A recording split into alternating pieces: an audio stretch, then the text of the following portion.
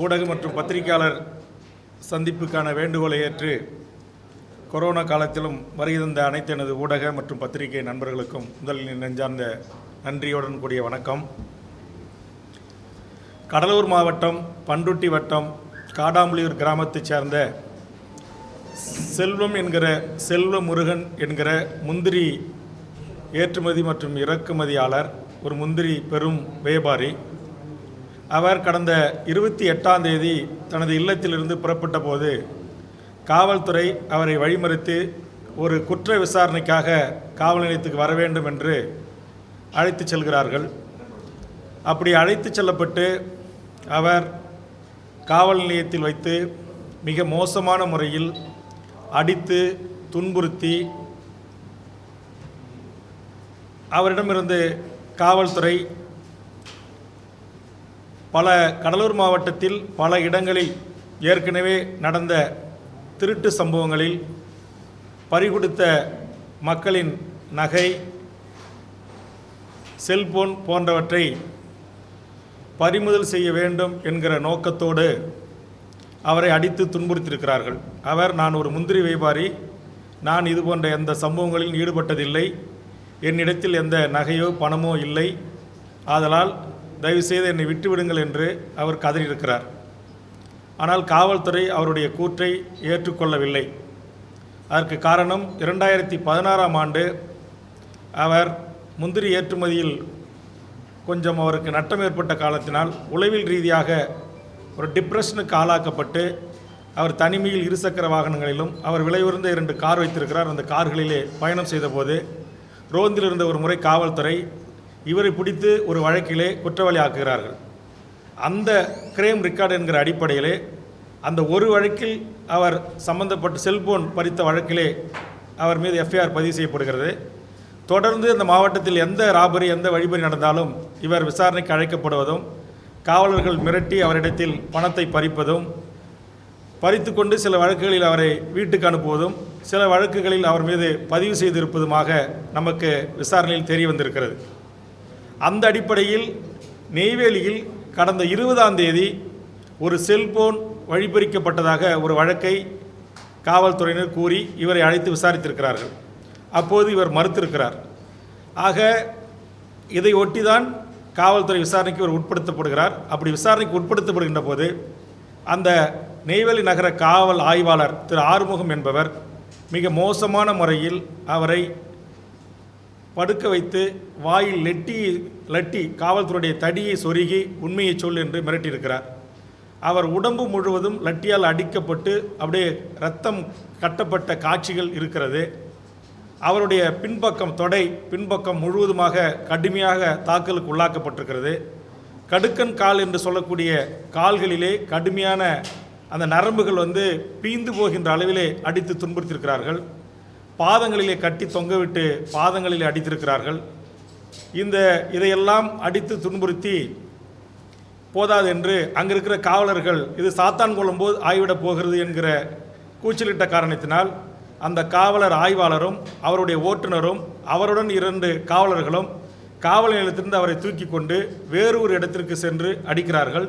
அங்கேயும் பொதுமக்கள் கூடுகிறார்கள். அதற்கு பிறகு நெய்வேலி கும்பகோணம் பிரதான சாலையில் இருக்கிற ராணி என்கிற ஒரு லாட்ஜ், அந்த லாட்ஜ் விடுதிக்கு அழைத்து சென்று அங்கே வைத்து மிக மோசமான முறையில் அவரை தாக்குகிறார்கள். தாக்கி அவருடைய செல்போன்லேயே அவருடைய மனைவிக்கு தொடர்பு கொண்டு இதுமாரி உன் கணவரை நாங்கள் பிடித்து வைத்திருக்கிறோம், 10 லட்சம் ரூபாய் பணமும் 5 பவுன் நகையும் எடுத்துக்கொண்டு உடனடியாக நீ வர வேண்டும் என்று அவர் மனைவிடத்திலே காவலர்கள் பேசுகிறார்கள். அவர் அங்கு சென்று பார்க்கிறார். இவர் குற்றவுயரும் குலவுயருமாக கடக்கிறார். 2 காவலர்கள் கைத்தாங்களாக அவரை தூக்கி நிற்க வைத்து மனைவியோடு பேச வைக்கிறார். ஆனால் அவரால் பேச முடியவில்லை. அவர் அதற்கு பிறகு எங்களுக்கு 10 பவுன் பணம் அப்படின்னு சொல்லிவிட்டு இவர் ஐயா இதுமாரி எதுவும் செய்யாதவர், அவர் கொஞ்சம் தொழில் நட்டத்தால் கொஞ்சம் ஒரு மாதிரியே பேதலிச்சிக்கிட்டு இருக்காரு, நீங்கள் ஒன்று அவரை பிடிச்சி அடித்து இதுமாரி வழக்கு போடுறீங்களே நியாயமா என்று அவர் தன்னுடைய 2 குழந்தைகளோடு கதறிவிட்டு வீட்டுக்கு திரும்புகிறார். திரும்பவும் மறுநாள் காவல் நிலையத்துக்கு கொண்டு வந்து அங்கும் திரும்பவும் அவரை கை மற்றும் கால்களால் சங்கிலிகளால் பூட்டப்பட்டு இணைக்கப்பட்டு அடித்து துன்புறுத்திருக்கிறார்கள். இதை விடிய காலை 4 to 5 மணி வரையில் பார்த்த நேரடி சாட்சியமும் இருக்கிறது.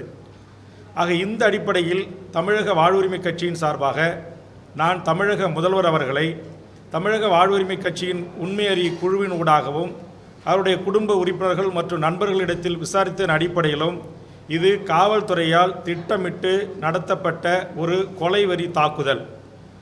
மீண்டும் தமிழ்நாட்டில் ஒரு சாத்தான்குளம் சம்பவம் நடந்திருக்கிறது. சாத்தான்குளத்தில் எப்படி அங்கு அப்பன் மகன் இருவரையும் காவல் நிலையத்தில் வைத்து அடித்து சித்திரவதை செய்து நீதிமன்ற நடுவர் முன்பு நிறுத்தி சிறையில் அடைத்து பிறகு அவர் இறந்து போனார்களோ, அதே மாதிரி தான் செல்வம் என்கிற செல்வ முருகனும் காவல் நிலையத்திலும் தனியார் விடுதியிலும் வைத்து அடித்து துன்புறுத்தி மிகப்பெரிய அளவில் உடல் முழுவதும் உள்காயங்கள் ஏற்பட்டு அவர் சிறைக்கு கொண்டு செல்லப்படுகிறார். சிறைக்கு கொண்டு சென்றபோது 2ஆம் தேதி சிறையில் அங்கிருந்த சிறை காவலர்கள் இவர் வலியால் துடித்து முடியவில்லை என்று கதறியதை கண்டு இவரை மருத்துவமனைக்கு அனுமதித்திருக்கிறார்கள். விருத்தாச்சலம் மருத்துவமனையில் சோதித்து உடனே மருத்துவமனைக்கு வருகிறார் என்ற உடனே இவருடைய துணைவியாரும் சென்று சொல்லியிருக்கிறார், உள் சிகிச்சை நோயாளியாக உடல் முழுவதும் அடி இருக்கிறது, தொண்டையில் லெட்டி வாயில் குத்தியதால் இங்கே ரத்தம் கட்டியிருக்கிறது, கழுத்து முழுவதும் வீங்கி இருக்கிறது. இதை பார்த்த மனைவி பின்பக்கம் பெட்டெக்ஸு கால் கடுக்கன்கால்கள்லாம் ரத்தம் கட்டியிருப்பதை கண்டு உள் சிகிச்சை நோயாளியாக சேர்த்து சிகிச்சை அளிக்க வேண்டும் என்கிற வேண்டுகோளை முன்வைக்கிறார். ஆனால் அந்த வேண்டுகோள் நிராகரிக்கப்பட்டு அந்த பெயின் கில்லர் கொடுக்கப்பட்டு திரும்பவும் சிறைச்சாலையில் அடைக்கப்படுகிறார். சிறைச்சாலையில் அடைக்கப்பட்ட 48 மணி நேரத்திற்குள் சிறைச்சாலையில் அவர் உயிருக்கு போராடுகிறார். சிறையில் உயிர் போயிருக்கும் என்று அவருடைய குடும்பத்தாரும் நாங்களும் சந்தேகிக்கிறோம். ஒருவேளை சிறையில் உயிர் போகவில்லை என்றாலும் சிறை அந்த அலுவலர் குறிப்பிட்டது போல் அவர் நாங்கள் மருத்துவமனையில் சேர்த்தோம், மருத்துவமனையில் உயிர் போகிவிட்டது என்று சொல்லியிருக்கிறார். எது எப்படியோ 39 வயது நிரம்பிய இதுவரையில் அவருடைய வாழ்க்கையில் எந்த ஒரு முறை கூட ஃபிட்ஸ் என்று சொல்லக்கூடிய வலிப்பு வராத ஒருவர் திடீரென்று வலிப்பு வந்ததாகவும் தன்னை மருத்துவமனையில் இவரை சேர்த்ததாகவும் விருத்தாச்சலம் சிறையினுடைய துணை காவல் அந்த அலுவலர் சொல்லுகிறார், சிறை காவல் அலுவலர். இது முழுக்க உண்மைக்கு புறம்பான பொய்யான ஒரு தகவல். 2ஆம் தேதியே அவர் உடல் முழுவதும் ரணங்களாகி உயிருக்கு ஆபத்தாக நான் இருக்கிறேன், என்னை மருத்துவமனையில் சேருங்கள் என்று போது அவர் வெறுமனே ஒரு சிகிச்சை அளித்து திருப்பி கொண்டு வந்து சிறையில் வைத்து அவர் இறப்புக்கு காரணமாக இருந்திருக்கிறார்கள். அவர் இறப்புக்கு காரணம் அந்த ஆய்வாளர் ஆறுமுகம், அவரோடு சேர்ந்த காவலர்கள் தனியார் ஓட்டலிலும் காவல் நிலையத்திலும் முந்திரி காடுகளிலும் வைத்து மிக மோசமாக காட்டுமிராண்டித்தனமாக ஈவிரக்கமற்ற முறையில் சாத்தான்குள பாணியிலேயே அவரை அடித்து சித்திரவதை செய்வதனுடைய விளைவாகத்தான் அவர் சிறைப்படுத்தப்பட்டது 30ஆம் தேதி, அவர் இறந்தது 4ஆம் தேதி. இடையில் 2ஆம் தேதி அவர் மருத்துவத்தில் சிகிச்சை எடுத்துக் கொண்டிருக்கிறார். விருத்தாச்சலம் அரசு மருத்துவமனையில் ஆவணங்கள் இருக்கிறது. ஆக தமிழக முதல்வர் அவர்களை நான் ஊடகவியலாளர் சார்பாக இந்த சந்திப்பின் ஊடாக வேண்டுவது, சாத்தான்குளத்திற்கு கிடைத்த அதே நீதி காடாம்புலியூர் செல்வத்திற்கும் அவருடைய குடும்பத்திற்கும் கிடைக்க வேண்டும். சாத்தான்குளத்திற்கு எப்படி தமிழக அரசு உரிய நடவடிக்கையை மேற்கொண்டதோ, சிபிஐ உத்தரவை நீதிமன்றம் விடுவதற்கு முன்பாக சிபிசிஐடி சம்பந்தப்பட்டவர்களை உடனடியாக காவல்துறை இயக்குனர் மாறுதல் செய்தார், ஒரு சிலரை பணியிடம் நீக்கம் செய்தார், பிறகு அவர்களை படிப்படியாக கைது செய்யப்பட்டார்கள். அதுபோன்ற நிலை இன்றைக்கு 4 நாட்கள் ஆகியும் செல்வம் வழக்கில் ஏன் நடவடிக்கை இல்லை? நேற்று நான் காவல்துறை இயக்குனர் உயரதிகாரிகளை தொடர்பு கொண்டு இந்த விஷயத்தை சொன்ன பிறகு ஒரு சில விரல் விட்டு எண்ணக்கூடிய தொலைக்காட்சிகள் இதை குறித்து செய்தி விரிவாக வெளியிட்ட பிறகு இன்றைக்கு காவல்துறை இயக்குனர் அவர்கள் சிபிசிஐடி விசாரணையை அறிவித்திருக்கிறார். இந்த விசாரணையை நான் வரவேற்கிறேன், டிஜிபி அவர்களுக்கு நன்றி சொல்லுகிறேன். ஆனால் இன்னமும் இந்த வழக்குக்கான ஐஓ என்று சொல்லக்கூடிய ஆய்வாளராக இந்த செல்வத்தை அடித்து காவல் நிலையத்திலும் தனியார் விடுதலை வைத்து கொலை செய்த அவர் சாவுக்கு காரணமாக இருந்தவரை இன்னும் அங்கே இன்ஸ்பெக்டராக தொடர்கிறார். அப்போது எப்படி நீதி கிடைக்கும்?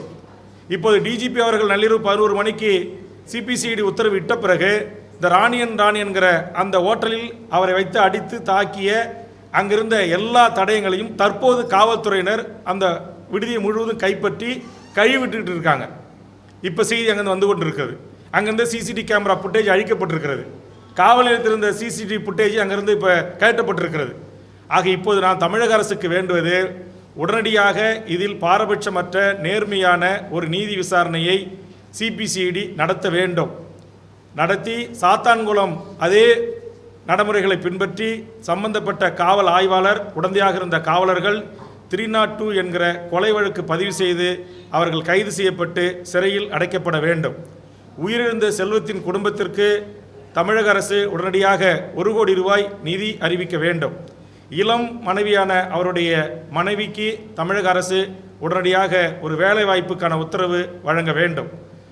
அவரை இழந்து, குடும்பத் தலைவனை இழந்து பரிதவிக்கும் 2 பச்சை குழந்தைகள், 10 வயதுக்குட்பட்ட 2 குழந்தைகளுடைய எதிர்காலத்தை கருத்தில் கொண்டு மாண்புமிகு தமிழக முதலமைச்சர் அவர்கள் தன்னுடைய மௌனத்தை கலைக்க வேண்டும். நான் தமிழக அரசை பார்த்து கேட்கிறேன், தமிழக முதலமைச்சர் அவர்களை பார்த்து கேட்கிறேன். தமிழ்நாட்டுடைய பிரதான அரசியல் கட்சியினுடைய எதிர்க்கட்சி தலைவர்கள் அனைவரும் இதற்கு நீதி வேண்டும் என்று, சம்பந்தப்பட்ட காவலர் மீது நடவடிக்கை எடுக்க வேண்டும் என்று, இது கொலை வழக்காக மாற்ற வேண்டும் என்று அறிக்கை தந்தோம். இதுவரையிலும் அதிமுகவின் தரப்பில், கட்சியின் தரப்பில் இருந்தோ எந்த ஒரு அறிக்கையும் வரவில்லை. முதலமைச்சர், உள்துறை பொறுப்பு வகிக்கிற முதலமைச்சர் அவர்களும் இதுவரையிலும் வாய் திறக்கவில்லை. அப்போது முதலமைச்சர் ஏன் பண்ருட்டி பகுதியைச் சேர்ந்த காடாம்புலி செல்வத்துக்கு ஒரு நீதியும், தூத்துக்குடி மாவட்டத்தைச் சேர்ந்த தகப்பன் மகன் இறப்பதற்கு ஒரு நீதி என்கிற நிலை கடைபிடிக்கிறாரா? இல்லை இதில் என்ன உள்நோக்கம்? இறந்தவர் வன்னியர் என்பதற்காக மாண்புமிகு தமிழக முதலமைச்சர் அவர்கள் புறக்கணிக்கிறாரா? எனக்கு பத்திரிகை ஊடக நண்பர்களிடத்திலே ஒரு வருத்தம் இருக்கிறது. எனக்கு தெரிஞ்சு 2 தொலைக்காட்சிகள் தான் இதை மிகப்பெரிய அளவில் ஓரளவுக்கு செய்தியாக கொண்டு சென்றிருக்கிறார்கள். சாத்தான்குளத்தில் நடந்த சம்பவத்தை 24 மணி நேரமும் பிரேக்கிங் நியூஸ் போட்டு இந்திய அளவிலும் உலக அளவிலும் திரும்பி பார்க்க செய்த தமிழ்நாட்டுடைய ஊடகங்கள், பத்திரிகைகள் ஏன் இந்த படுகொலையில் அப்படி ஒரு முக்கியத்துவத்தை தரவில்லை என்கிற கேள்வியும் நான் எழுப்புகிறேன். அல்லது ஒரு சில ஊடக முதலாளிகள் இதிலையும் சாதி பார்க்கிறார்களா? தமிழக முதலமைச்சர் பார்ப்பது போல் ஊடகங்களும் பத்திரிகைகளும் இதில் சாதி பார்க்கிறதா? இந்த செய்தி இன்றைக்கு தமிழ்நாட்டுடைய எந்த பிரதான பத்திரிகைகளும் தலைப்புச் செய்திகளாக இடம்பெறவில்லை. ஆக இது மிக ஒரு மோசமான, ஒரு மனித உரிமை மீறிய ஒரு செயலை செய்திருக்கிற காவல்துறை நீர் மீது தமிழக அரசும் முதலமைச்சரும் இதுவரையிலும் நடவடிக்கை எடுக்காததும் ஏன் இந்த கள்ள மௌனம் என்பதை நான் கேள்வி எழுப்புகிறேன். இதற்காக தமிழக வாழ்வுரிமை கட்சியின் சார்பாக சென்னை உயர்நீதிமன்றத்தில் வழக்கு தொடுத்திருக்கிறோம். வழக்கு திங்கள் அல்லது செவ்வாய் விசாரணைக்கு வரும். மதுரை நீதிமன்றம் எப்படி தூத்துக்குடி சம்பவத்திற்கு, சாத்தான்குளம் சம்பவத்திற்கு நீதி வழங்கியதோ அதுபோன்று பண்ருட்டி நெய்வேலி சம்பவத்திற்கும் நீதி வழங்கும் என்று நாங்கள் எதிர்பார்த்து நீதிமன்றத்தின் கதவை தட்டியிருக்கிறோம். தமிழ்நாட்டில் இருக்கிற பிரதான இன்னும் பல அரசியல் கட்சி தலைவர்கள் இதில் தலையிட வேண்டும். மனித உரிமை செயல்பாட்டாளர்கள், பத்திரிகை நண்பர்கள், ஊடக நண்பர்கள் இதில் தனி கவனம் செலுத்தி இந்த அநியாய அக்கிரம தொடர் இந்த கஸ்டோடியல் டெத் என்று சொல்லக்கூடிய காவல் நீதி மரண கொலைகளுக்கு முடிவு எட்டப்பட வேண்டும் என்று நான் வேண்டுகோள் வைக்கிறேன். தமிழக அரசும் முதலமைச்சரும் காவல்துறை டிஜிபி அவர்களும் உடனடியாக அந்த காவலர் மீது, அந்த காவல் ஆய்வாளர்கள் மீது 302 கொலை வழக்கு பதிவு செய்து அவர்கள் உடனடியாக கைது செய்யப்பட வேண்டும் என்ற வேண்டுகோளை நான் முன்வைக்கிறேன். இவர்கள் இன்னொரு செய்தி சொல்கிறாங்க, அவர் திருட்டு வழக்கில் ஈடுபட்டார் என்று. திருடு போன சம்பவம் 20ஆம் தேதி. திருடு போனதாக சொல்லப்படுகின்றவர்கள் புகார் தரவில்லை. இரண்டாவது 2 காவலர்கள் திரத்தி நாங்கள் இவரை பிடித்தோம், கத்தியை காட்டி மிரட்டினார் என்று எஃப்ஐஆரில் ஜோடித்திருக்கிறார்கள். அப்படி ஒரு சம்பவம் நடைபெறவே இல்லை. திருடு போன அந்த பறிகொடுத்தவர் 20ஆம் தேதி என்று சொல்லுகிறார். வழக்கு பதிவு செய்திருப்பது 30ஆம் தேதி. இவரை கைது செய்தது 28ஆம் தேதி. ஆக இதில் எது உண்மை?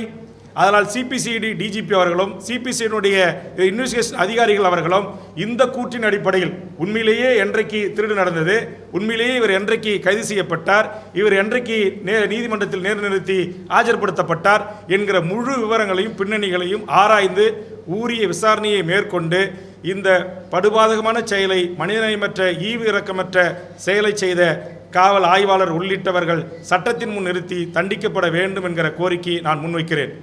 ஒருவேளை இவர் அப்படி செல்போனை திருடியிருந்தாலும் கூட அவருடைய திருட்டுக்கு தமிழக வாழ்வுரிமை கட்சியோ வேல்முருகனோ வக்காலத்து வாங்கவில்லை. அவர் உண்மையிலேயே குற்றவாளி என்று சொன்னால் அதற்கான ஆதாரங்கள் உங்களுக்கு கிடைத்தால் அந்த பிரிவுகளில் வழக்கு பதிவு செய்து அவரை சிறைப்படுத்துங்கள். அது குறித்து எங்களுக்கு எந்தவித எதிர்ப்பும் இல்லை, எந்தவித கேள்வியும் இல்லை.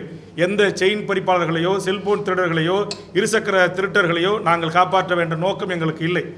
இது ஒரு மனித உரிமை அடிப்படையில் இது ஒரு கேள்விக்கு உள்ளாக்கப்படாமல் ஒரு குடும்பத்தைச் சேர்ந்த 2 பிள்ளைகளும் மனைவி மட்டுமே வீதியில் இறங்கி கதறி கொண்டிருந்ததை பார்த்துவிட்டு நானும் ஒரு கட்டத்திற்கு பிறகு அவர்கள் குடும்பத்தோடு வந்து என்னை எந்த அலுவலகத்தில் சந்தித்து, என் இல்லத்தில் சந்தித்து இப்படி அநியாயமாக நடந்திருக்கிறது என்று நீதிமன்ற 176(1)A என்கிற பிரிவின் கீழ் நடுவர் நீதிபதி விசாரணைக்கு உட்படுத்தப்பட்டு அவர் விருத்தாச்சலத்தில் இருந்த உடற்கூறு ஆய்வுக்கு இருந்த உடலை சென்று பார்த்து இவருடைய மனைவி, இவருடைய தங்கைகள், இறந்தவருடைய மனைவி மற்றும் தங்கைகளிடத்தில் அவர் அந்த உடலை பரிசோதனை செய்தபோது கழுத்து முழுவதும் வீங்கி ரத்தம் கட்டியிருந்ததை நீதிபதி அவர்கள் உறுதி செய்ததாக இறந்தவருடைய மனைவி சொல்கிறார். அதே போன்று பின்பக்கங்கள், பெட்டெக்ஸு, கீழே கணுக்கன் கால், பாதம், இந்த இடங்கள் அனைத்தும் முழுக்க ரத்தம் கட்டியிருந்து அடித்து அந்த வடுக்கள் இருக்கிறது. நீண்ட லெட்டினுடைய அடிகள் வாராக முதுவிலே உரித்திருக்கிறது என்பதை எல்லாம் நீதியரசர் அவர்கள் தன்னுடைய நேரடி கள ஆய்விலே கண்டுபிடித்து அதை ஒரு வீடியோ எடுக்க வைத்து அதை 1, 2 என்று பாயிண்ட் அவுட் பண்ணி அதை படித்து காட்டி இறந்தவருடைய மனைவியிடத்திலும் இறந்தவருடைய 5 அக்கா தங்கைகளிடத்திலும் கையொப்பம் பெற்றிருக்கிறார். இப்போ நான் கோருவது, குற்றவியல் நடுவர் நீதிபதி அவர்கள் கள ஆய்வில், நேரடி ஆய்வில் அவர் அடித்துதான் கொலை செய்திருக்கிறார், காவலர்கள் வைத்து சட்டத்திற்கு புறம்பாக அடித்தனுடைய விளைவாகத்தான் இந்த காயங்கள் ஏற்பட்டிருக்கிறது என்பதை தன்னுடைய நேரடி ஆய்வில் இறந்து போன செல்வத்துடைய மனைவி பிரேமா அவர்களுக்கு தெரிவித்திருக்கிறார். அவர் தெரிவித்து அதை சாட்சிகளாக பதிவு செய்திருக்கிறார். இந்த ஆவணங்களின் அடிப்படையில் தமிழக முதல்வர் உடனடியாக இதை திருநாட்டு வழக்காக மாற்றி உடனடியாக அந்த ஆய்வாளரையும் காவலர்களையும் கைது செய்ய வேண்டும் என்பதுதான் என்னுடைய வேண்டுகோள்.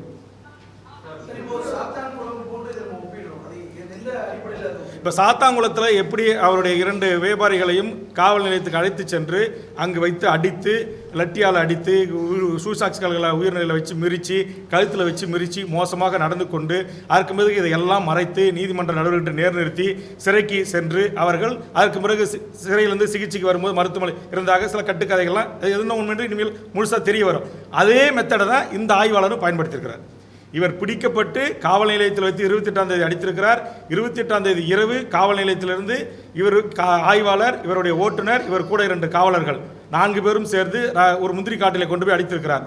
அங்கே மக்கள் கூடியத பிறகு திரும்பி ராணி என்கிற ஒரு விடுதிக்கு கொண்டு போய் அங்கே வைத்து அடித்திருக்கிறார். ஆக இது அடித்து கொண்டு போய் நடுவர் நீதிமன்றத்தில் நிறுத்தி சிறைப்படுத்தி விட்டார்கள். ஆக சாத்தான்குளம் சம்பவம் தான் இதில் எல்லளவு மாற்றமே கிடையாது. உயிரிழந்தவர்கள் அங்கே அப்பன் மகன், இங்கு செல்வன், இதுதான் வித்தியாசம். அதே காயங்கள், அதே உள்காயங்கள், அதே உடம்பு முழுவதும் வீக்கங்கள், அதே பின்பக்க வாயிலை லெட்டி வைத்தது, தலைகிழ கட்டி தொங்கல் விட்டது, எல்லா நடவடிக்கைகளையும் இந்த ஆய்வாளர் மேற்கொண்டிருக்கிறார். இந்த செல்வத்தை லாக்கப்பில் வைத்து அடித்த அதே நாளில் வேறொரு வழக்கிற்காக மருங்கூர் பகுதியைச் சேர்ந்த கீழக்கொல்லி கிராமத்தைச் சேர்ந்த 5 இளைஞர்களை கைது செய்து லாக்கப்பில் வைத்து அடித்திருக்கிறார். அதில் பிரபா என்கிற ஒருவருக்கு கால் உடைக்கப்பட்டிருக்கிறது. அந்த உடைக்கப்பட்ட காலோடு அவருடைய தாயும் தந்தையும் அந்த பிள்ளையை தூக்கி கொண்டு என்னிடத்தில் வந்தார்கள்.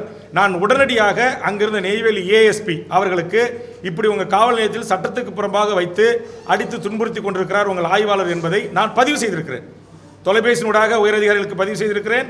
நேரடியாக என் கட்சியினுடைய தலைமை செயலரையும் மாவட்ட செயலரையும் அனுப்பி, இப்படி சட்டத்துக்கு புறம்பாக லாக்கப்பில் வச்சு அடிக்கிறதுக்கு யார் உரிமை கொடுத்தா, அவர் மீது எந்த குற்றச்சாட்டு இருந்தாலும் அவர் மீது நீதிமன்றம் தான் அதற்குரிய தண்டனை கொடுக்கணும். உங்கள் ஆய்வாளர்கள் குடித்து விட்டு தன்னை மறந்து அடித்துக் கொண்டிருக்கிறார், நாளைக்கு ஏதாவது ஒரு சம்பவம் ஆனால் நீங்கள் தான் பொறுப்பு என்று நான் அதை பதிவு செய்திருக்கிறேன். ஆக இதுக்கு எல்லாத்திற்கும் எனக்கு ஆவணங்கள் இருக்கிறது, சாட்சிகள் இருக்கிறது. கண்டிப்பாக இது அனைத்தும் நீதிமன்றத்தில் ஒப்படைக்கப்படும்.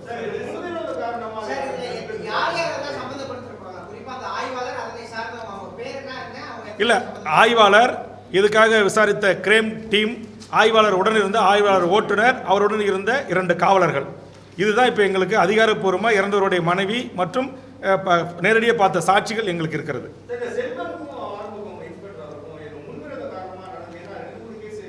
இல்லை, அவர் அந்த காவல் இல்லை 2-3 கேஸ் அந்த காவல் நிலையத்தில் இல்லை, இந்த காவல் நிலையத்தில் இதுதான் முதல் வழக்கு.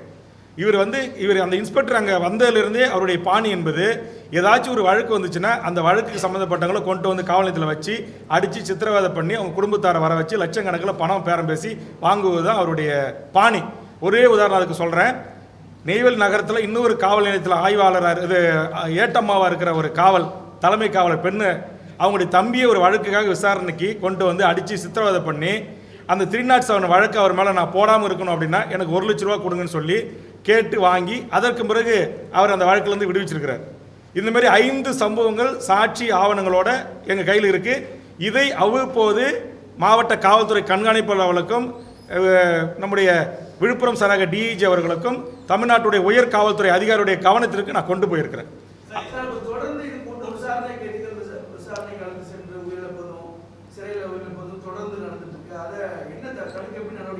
இல்லை,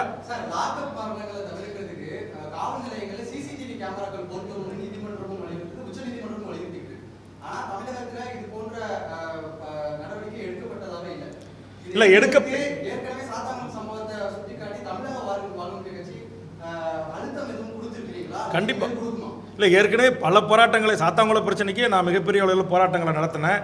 இப்பயும் வந்து அன்றைக்கி நான் ட்விட்டரில் எங்கள் கட்சியின் சார்பாக நாங்கள் அதை வந்து நீதி கேட்டோம்.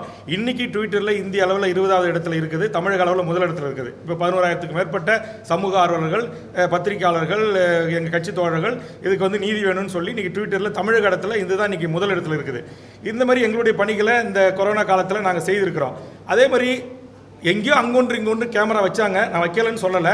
அது வந்து உங்களை பத்திரிகை நண்பர்கள், ஊடக நண்பர்களை கூட்டு அழைத்து இங்கே பாருங்கள் நாங்கள் சிசிடி பொறுத்திருக்கோம் அப்படின்னு சொல்லிட்டு ஒரு ஷோ பண்ணியிருக்காங்க, அவ்வளோதான். அப்படியே வைக்கப்பட்டிருந்தாலும் இப்போ வடக்கத்தில் இருந்த சிசிடி கேமரா இவர் என்னைக்கு அழைச்சிட்டு வந்தாங்க, எப்போ கொண்டு போனாங்க, எப்போ வெளியே கொண்டு போனாங்கன்னு எந்த பதிவுகளும் இப்போ நீங்கள் போய் பத்திரிகையாளர் கேட்டிங்கன்னா அங்கே கிடையாது. இப்போ உதாரணத்திற்கு நான் 2 தொலைக்காட்சி பேரை சொல்கிறேன், நீங்கள் தப்பாக நினச்சக்கூடாது. அவங்க இதில் உண்மையை கொண்டு வரணுங்கிறதுக்காக ஒரு முயற்சி எடுத்து போய் கேட்டதுக்கு அவர் விரட்டப்பட்டிருக்கிறார். இதுதான் உண்மை. இப்போ இந்த ராணியன் கோவில் அழிச்சிட்டு இருக்காங்க. ஒரு பத்திரிகை மூத்த ஒரு பெரிய ஒரு தமிழ்நாட்டுடைய முக்கிய முன்னணி ஊடகம் போய் வீடியோ கவரேஜ் பண்ணியிருக்காங்க, அவர் மிரட்டப்பட்டிருக்கிறார். இப்போ அந்த பத்திரிகையாளரே எனக்கு ஃபோன் பண்ணி உள்ளே வரும்போது சொல்கிறார், இதான் நிலைமை. சிசிடி கேமரா எல்லாத்தையும் அகற்றப்படுது. இந்த ராணியன் கோவிலில் இருந்த விடுதலையில் இருந்த சிசிடி கேமரா அகற்றப்பட்டிருக்கு.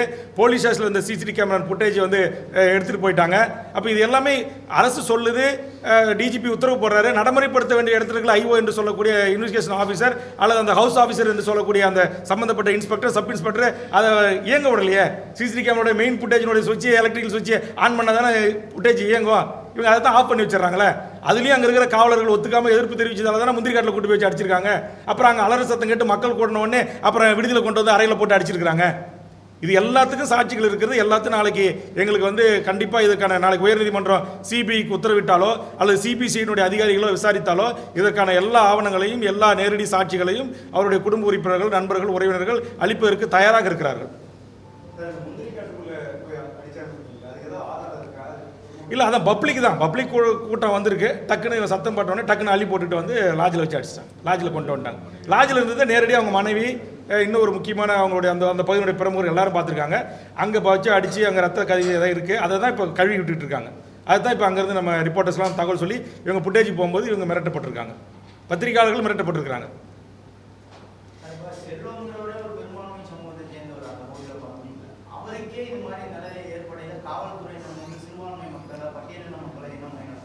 அதுக்கு தான் சாட்சி, அதுதான் தூத்துக்குடி சாட்சி.